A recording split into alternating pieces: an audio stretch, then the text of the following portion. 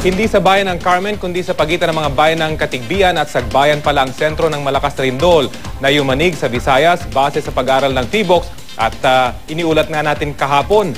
Isa pa sa kanilang tinututukan, posibleng ibang fault line na wala pa sa kanilang mapa ang nagdulot ng pagyanig.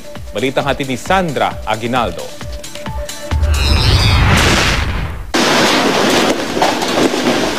Matapos ang magnitude 7.2 na lindol sa Bohol, sinabi ng PHIVOLCS na nasa bayan ng Carmen ang epicenter nito.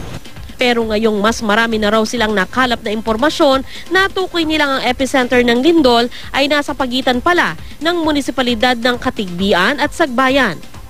Kung titingnan sa mapa, mas malapit na ito sa mga munisipalidad na lubhang naapektuhan ng lindol.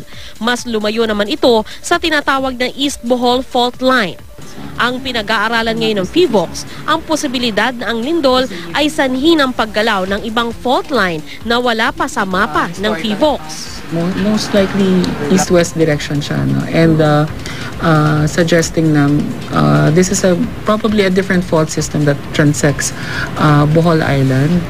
And medyo off siya dun sa map trace ng East Bohol Fault. Ayon kay Narag, noong 1996 ay nagkaroon na ng lindol malapit sa mga lugar na apektado ngayon.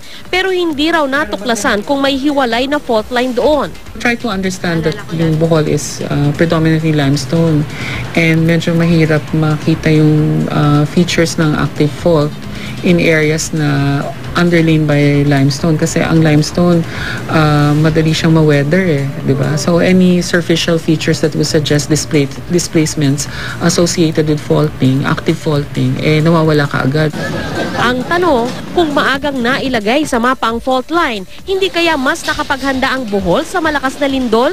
Noong 2007, when we came up with the hazard maps, lahat ng possibilities in-entertain namin. The hazard maps are worst case scenarios, and if you try to compare it to what has happened now, swak din naman yung yung nakikita dun sa hazard maps namin. Ito raw ang pinag-aaralan ngayon ng PHIVOLCS at humingi na rin sila ng satellite image ng lugar. Kung mapapatunayan ang pagkakaroon ng fault line doon, magiging batayan daw ito ng pagdedesisyon tungkol sa mga estrukturang itatayo doon. Sandra Aguinaldo, GMA News.